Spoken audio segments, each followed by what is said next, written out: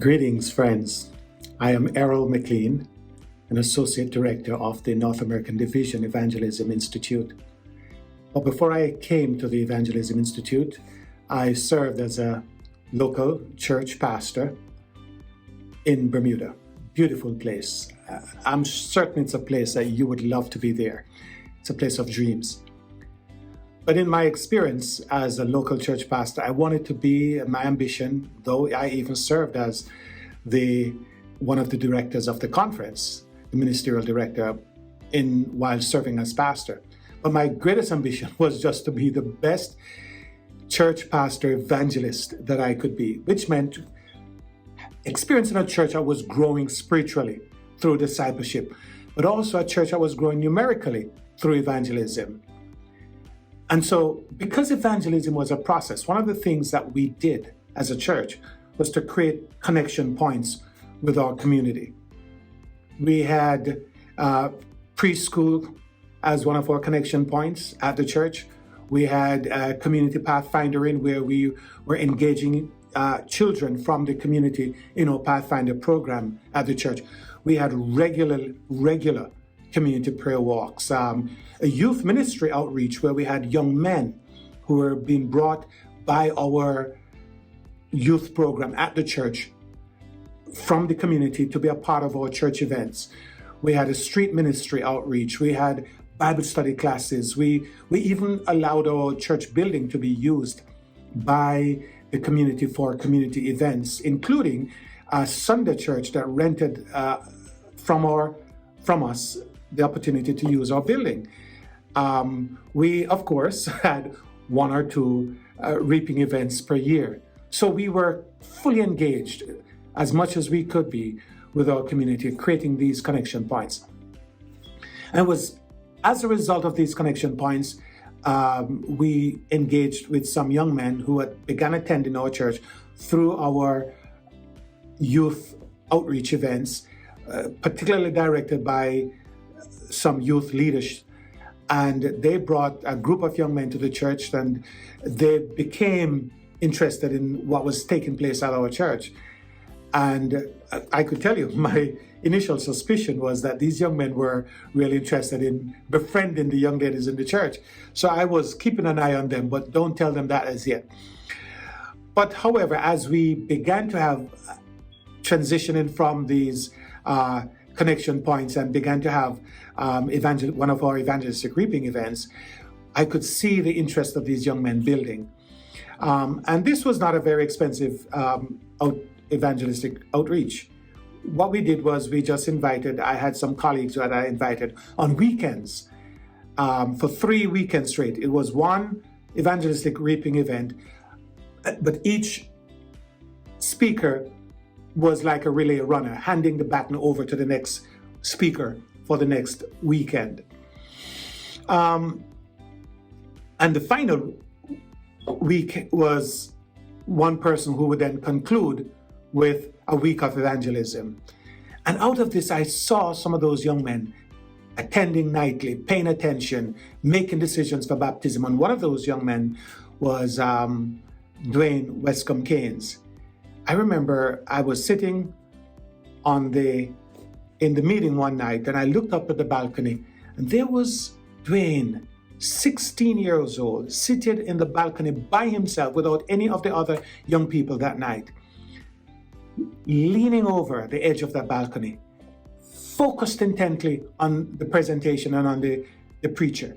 And I thought to myself suddenly, he is really interested. He's not just here for the young ladies as I initially suspected. He wants to follow Jesus Christ.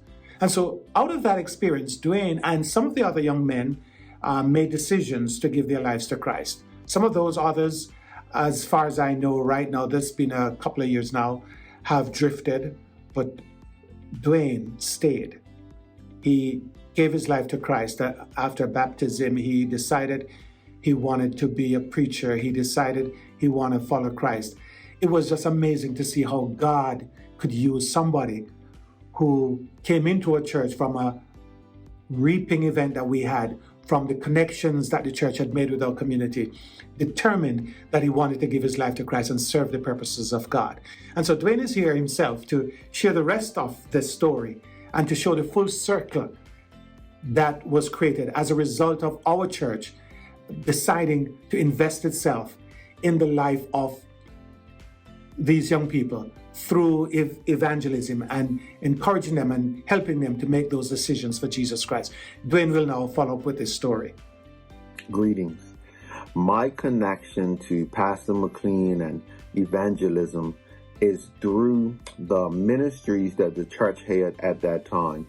In particular, the youth ministry that was booming. And I was a young man who was not in the church, but the youth ministry was so effective.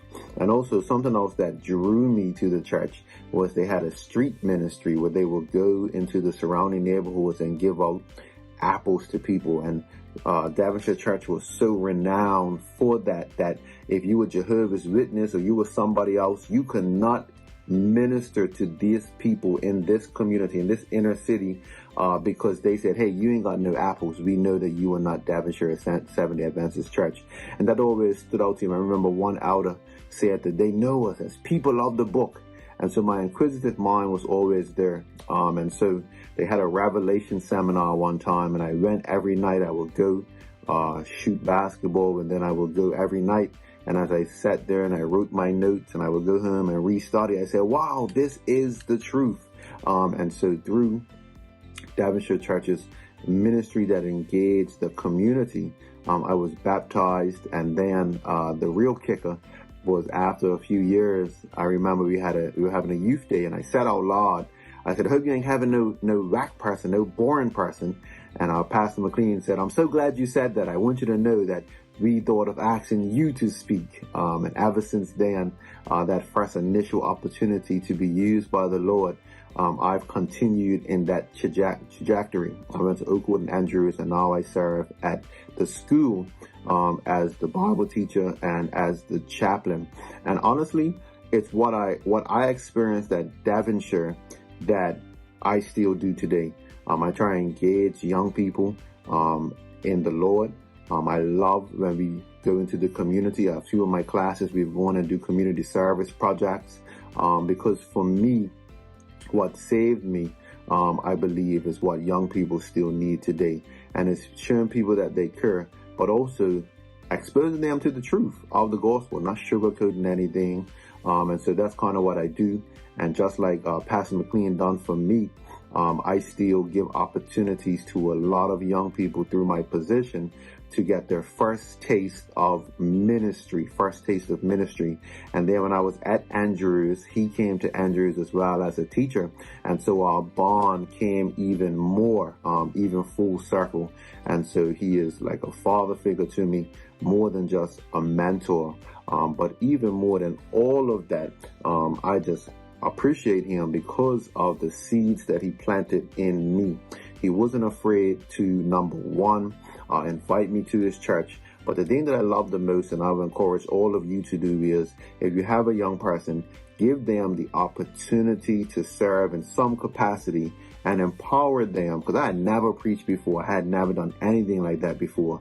But that first taste let me know that God has a purpose and a mission for me. And I strongly believe in evangelism and what God wants to continue to do through our people. So as you can clearly see and hear from Dwayne's testimony, we can never underestimate what God can do as we cooperate with him. Just go preach, plan to baptize, recognizing that the lives we impact, God has a plan for those lives. I would never have dreamt in 100 years that one of these young men that we baptized that I thought would be more trouble than they're worth, that were just in the church for the young ladies, that would lead them away, would today have invested his own life in ministry in the way he has, teaching and mentoring young people at the Bermuda Institute, the Adventist K-12 school in Bermuda, in ways that far exceed even what I was able to do in that context. And so it's a joy to know that God could be using Dwayne in this way. You know, I do remember I met Dwayne's dad, because Dwayne came from a non-Seventh-day Adventist family. Being a part of the church was totally new to him.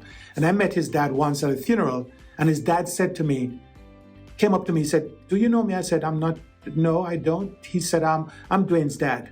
And I want you to know this. I'm so appreciative of what you and your church have done for my son. That was like such a joy to hear such a testimony, not coming from Dwayne himself, but from his dad, who recognized that God had a calling on his son.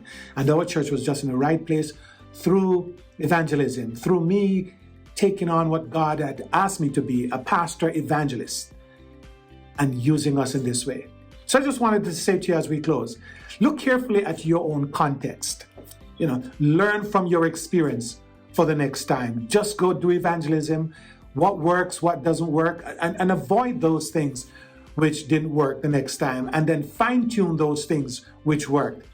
See your evangelistic effort as an adventure with God, and just dream and hope that God would be able to use you in ways far beyond which you can imagine.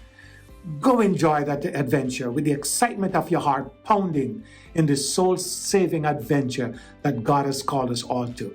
Thank you for this opportunity to just share my story with you. And may God bless you as we go forward in this division for the next 5 years to multiply in the way that God has called us to. Thank you.